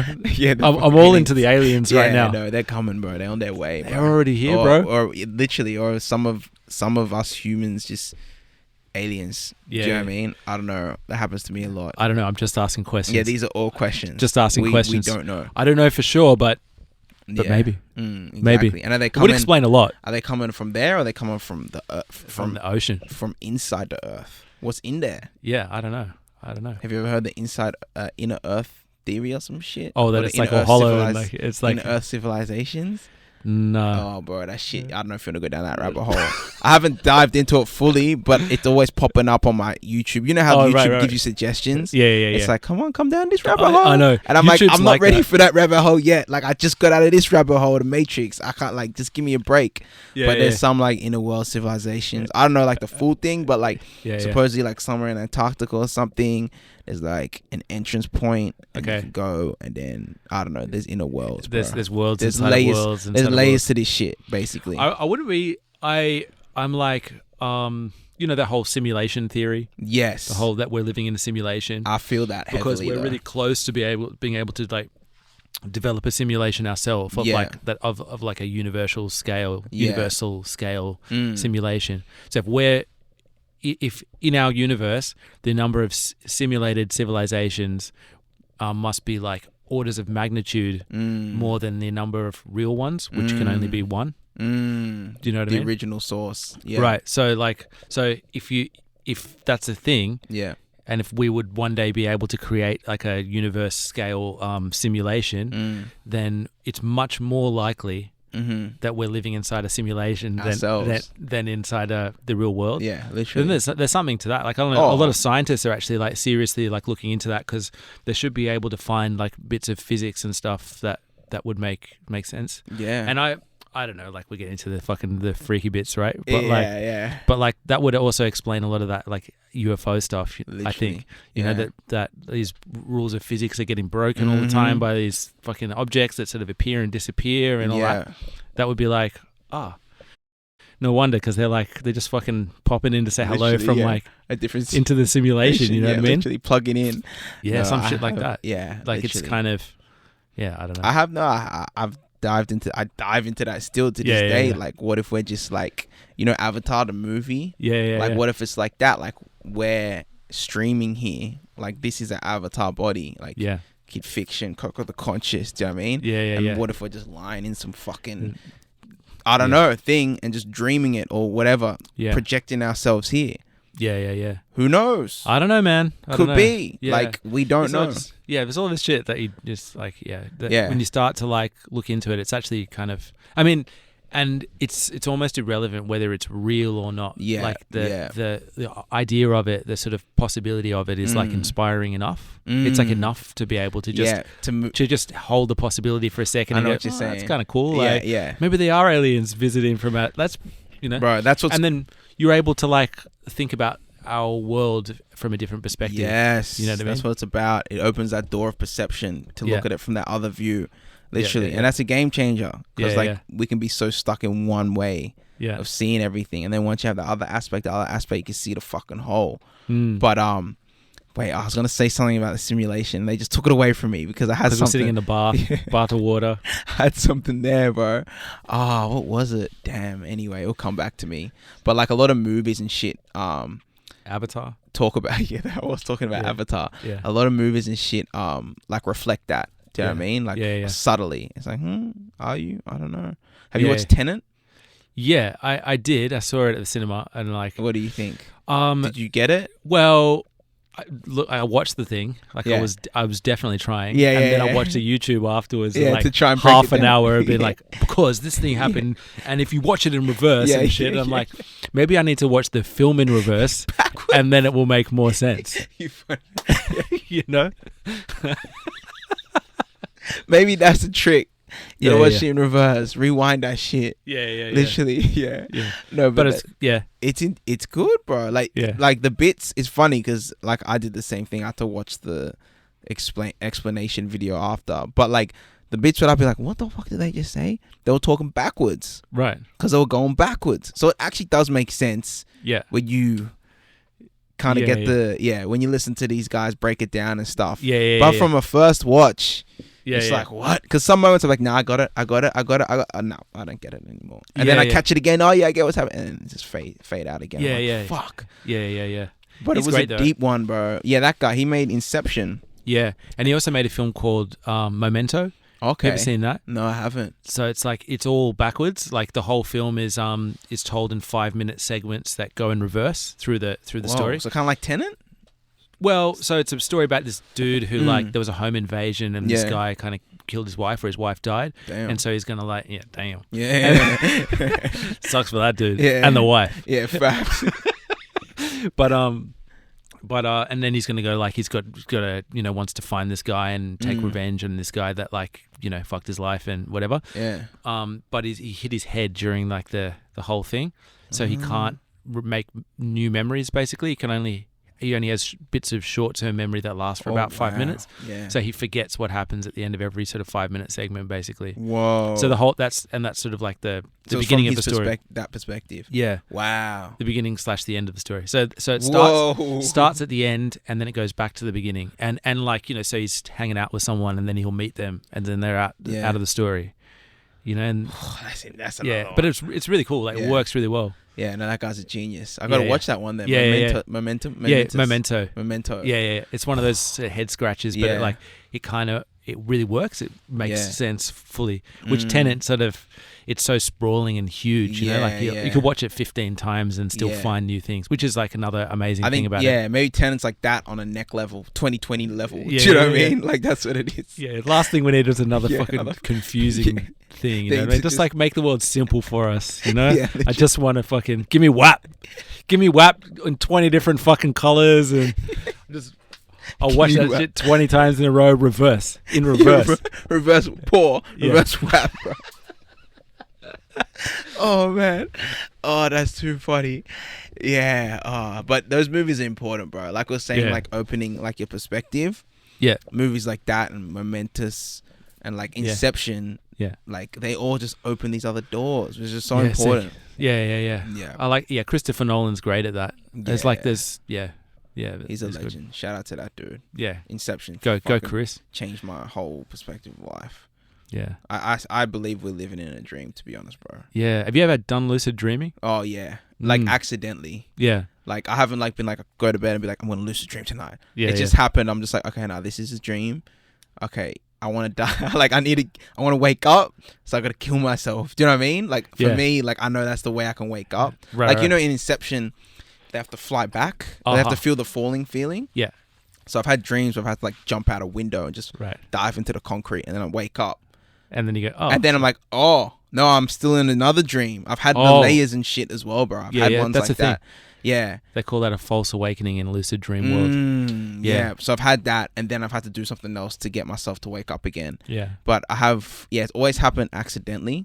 But it's a weird, it's a really strange feeling actually, and it's like, I don't know if you have this kind of feeling, but like, it's everything you look at is like perfectly in focus and crystal, and it's like the colors are more vibrant and everything is more detailed, and you take in more of that detail.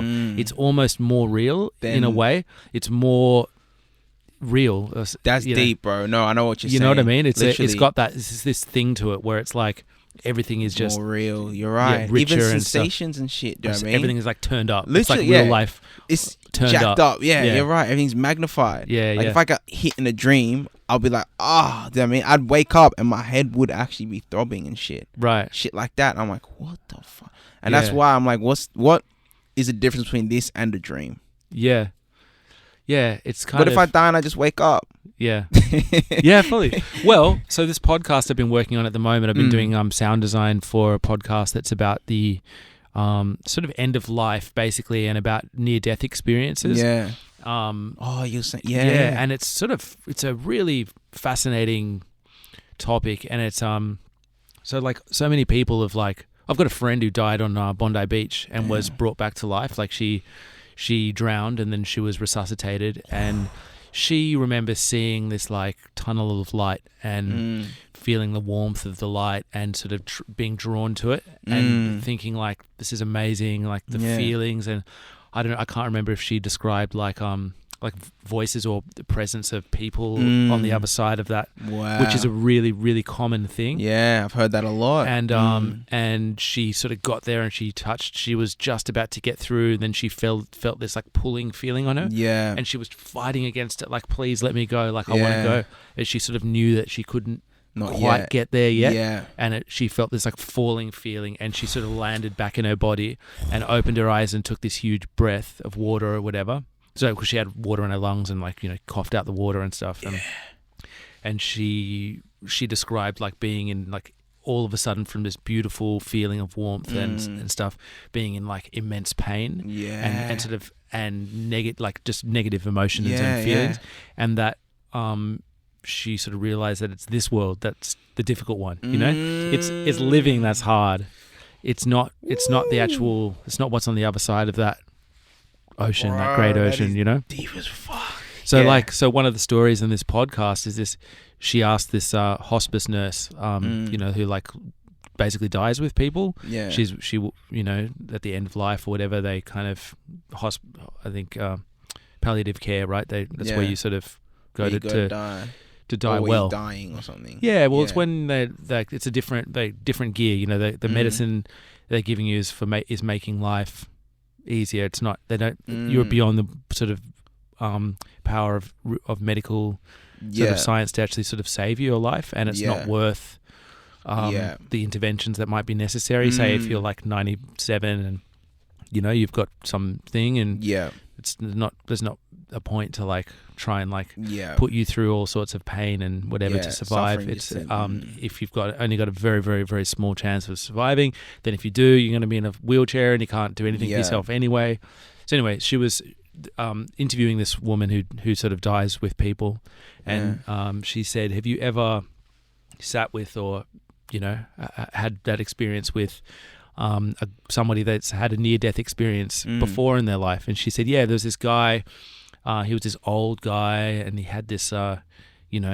thing, and he was sort of on the way out.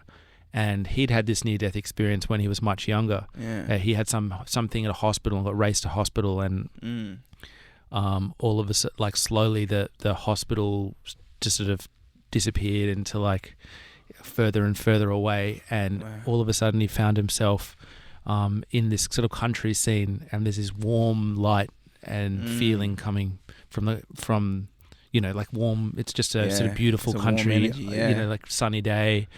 And he was there, and just like that.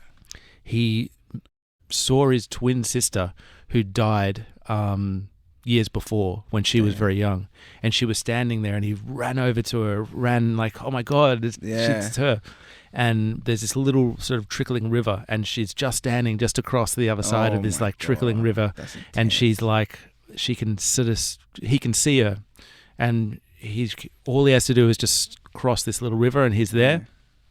And she says, no, like, you can't come yet. It's not your time. And he just desperately wanted to go. And even though he knew that his parents would be like, his whole family would be like destitute at the fact that they'd lost both of their, twin children, before their time, he just desperately wanted to go. And she said, like, you can't come yet. Like, now's not the time. Damn. And sort of, or like, all this whole world then just sort of started to sort of break apart and disappear, and all of a sudden he's back in the hospital and like, fucking just had a heart attack or whatever it was. And he's in pain, and there's this fucking chaos around him. Damn. And he remembered that for the rest of his life. And he had a wife and kids and lived his life, but in his heart he knew that like it was all just kind of he was just waiting really to get for that moment again to like so that he could get back to his twin sister. So for him, and for people that have had that experience, it changes so much about the way that they live their life, and it can be an incredibly powerful experience. And for them, it's like they sort of have a very, very different perspective on what living and being alive is, and what dying is, and for them it's like not death is not something that's seen as scary or as any kind of tragedy, really. It's sort of life that's the tragedy in a way. Life's the difficult bit. That's what I got from those stories, which is really interesting. Anyway, so that was like a so like a preview intense. Of this. Wow. Just like read like, bro, shout out to that podcast. Anyway, so it's on the way. So I've been doing sound design and stuff for that. Nice. But yeah, so that it's like it's a really fascinating and interesting thing. And like, so the woman who's doing the podcast, she has had an experience like that as well, and she was saying, like, I was asking her about like my own lucid dreaming experiences, and like, is it like, what's it like? And she was kind of like that. It's sort of a little bit like that. Like it's kind of, it's sort of more real than the real world. It's like amplified, and it's fascinating, and like it's so deep, and it's like people don't like, you would think that like if you've had lucid dreams, or if, I guess if you've had any dreams that you can remember, you wake up and you're like, that was pretty wacky, like some weird shit going on in my mind. No, I've had some fucking whack ones, bro. How did that happen? Like, how does that? How does my brain kind of put that together? But what's really common with near-death experiences is that people have these very cohesive like world experiences where they see like relatives, and they feel like very like commonly feel like it's not like this kind of energy of like people that have passed away, and familiarity, whatever that word is, type thing. My friend's grandpa just passed away, and he was like in World War II, because he's like old, old, and he was sitting in the hospital and was quite sure that like his old mate from World War II was like sort of was there. Wow. He's like, they were like, who are you talking to? And he's like, talking to my mate. He's here, and he was sort of, I mean, he was drifting away. Slowly.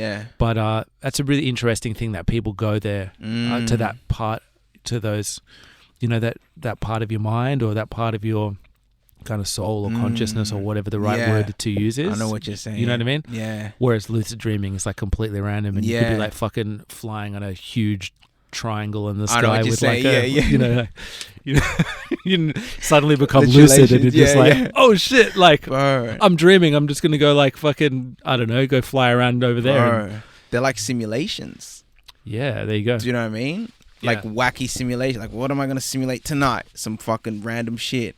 Yeah. But how you said the other ones are familiar to like the soul or like the consciousness, and they're it's so intense, like death. Like when I think about, because like even like ancient cultures, like in Egypt, they used to embrace, like it was like a celebration and stuff. Even like in parts of Africa, like my dad's from Ghana, he said it's more of a celebration. Do you know what I mean? When funerals and stuff. So it's just like the whole perspective of death in the Western world has become some type of negative type thing. Do you know what I mean? To fear. Yeah. I'm not saying everyone go embrace death, but it's just like, no, not at all. But it's at it as something beautiful. It's a fundamental part of life. Like everybody that is alive will one day get to a point where they have to die. Yeah, we all will get there. Mm-hmm. It's other times in history. You know, even in like 100 years ago, death was very common. It was very common for like people to have 4 children and like 2 of them die from like tuberculosis or something like that. Yeah, I feel you. And it was, the antibiotics is not that old, and like anesthetic is not that old. So people died from all sorts of things, and death was a very sort of common part of life, actually. Yeah. Like especially in like, outside of like the kind of the West. I don't know that I said that I wasn't going to use that term before, right? But outside of like this kind of more traditional cultures and places like that.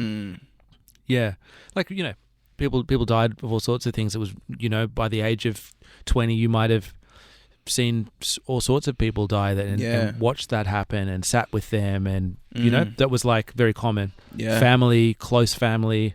The average age of life was like the mortality, like 30 or something. It was much younger. Oh wow. So at 50 you were an old person. Fuck. Damn, half a century. Now it is a century. It's crazy. So I don't know. It's something that's like alien to our society, and it actually shouldn't be, in a way. Something that we need to, it's not actually. Not be so intimidated by it. That's the word, intimidated. Not be afraid of, and conversations of it, I think, is good. You know what I mean? Knowing people freak out when they hear the word death. But shifting that fucking paradigm is important, I think. Because I love how you said that's part of life. And it colours the way that you kind of understand that colours the rest of your life in a way. Like we're even just working on this podcast, I'm thinking like, I watched both my grandparents pass away in the last 2 years. Okay. That was with my grandpa for like pretty much the last last day of his life. I was sitting there. And I left a few hours really before he passed away. And and same with my grandma. Wow. And like, so I sort of watched that happen, and you have a different perspective because, you're only here for a limited time. You got to make the most of it. Literally. And what's really interesting is watching what, and hearing these stories from like the podcast interviews that I've been listening through and stuff like. The sorts of things that people actually give a shit about when they're on their deathbad is very different to the sorts of things that people give a shit about, like when they fucking drive in a car and like, this guy's in my fucking way, like, get out of my way, The priorities change, Priorities are totally different. All of a sudden, money doesn't matter. Your personal belongings don't matter. The person that said you're a dickhead doesn't matter. Like nothing. You have a very different perspective, and actually it's appreciation for life. It's your family. And, like living the life that you want to live, and not living for other people is important. Not being like, oh well, I got to like just work this shit job for like, income or whatever. It's like, no, like you're only here for a little bit. There's a lot of magic in this world. You know what I mean? Literally. You don't need to work in insurance. My house just fucking burned down. There's a lot of sad people that are working in insurance. I feel you. You've seen it. I've seen it firsthand. I'm like, bro, something's up. Like, you know what I mean? You're right. Different appreciation. And like you said, it's limited, so you just want to fucking... I promise you there's some fucking weirdos, bro, the insurance. I hope they're not listening, because we still need that payout. You know what I mean? Like, careful, bro. I just want to rebuild my fucking house and get back to normal, Normality, man. Oh, man. Brother, well, thank you, man. We've done well. We've done very well. what's that? 150. That's nice. 152. Yeah, we covered some topics, bro. We went, bro. We went everywhere. Space and back. Yeah, we even touched the fucking aliens, the people in the ground and Antarctica. We went in, up, around.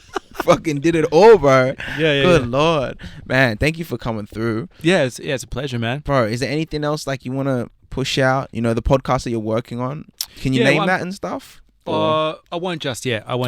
Yeah.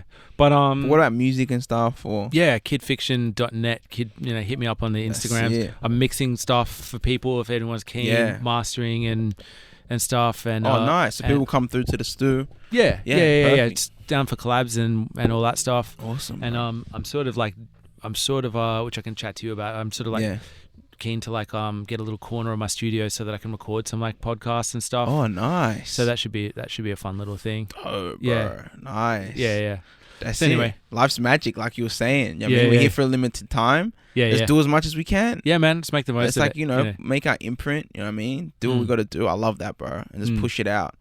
Fuck, my brother. Yeah, bro. Easy, bro. Thank you for coming through, my G. Kidfiction. Make sure you go follow him. And if you want help with the music and stuff, my guys got you right here. This is another episode of Midnight Moods Podcast. Thank you, my brother, for coming through. Whoop. Appreciate you. I'm Coco the Conscious, and we'll be back next week. Same time, same things. Much love, fam. Let's go.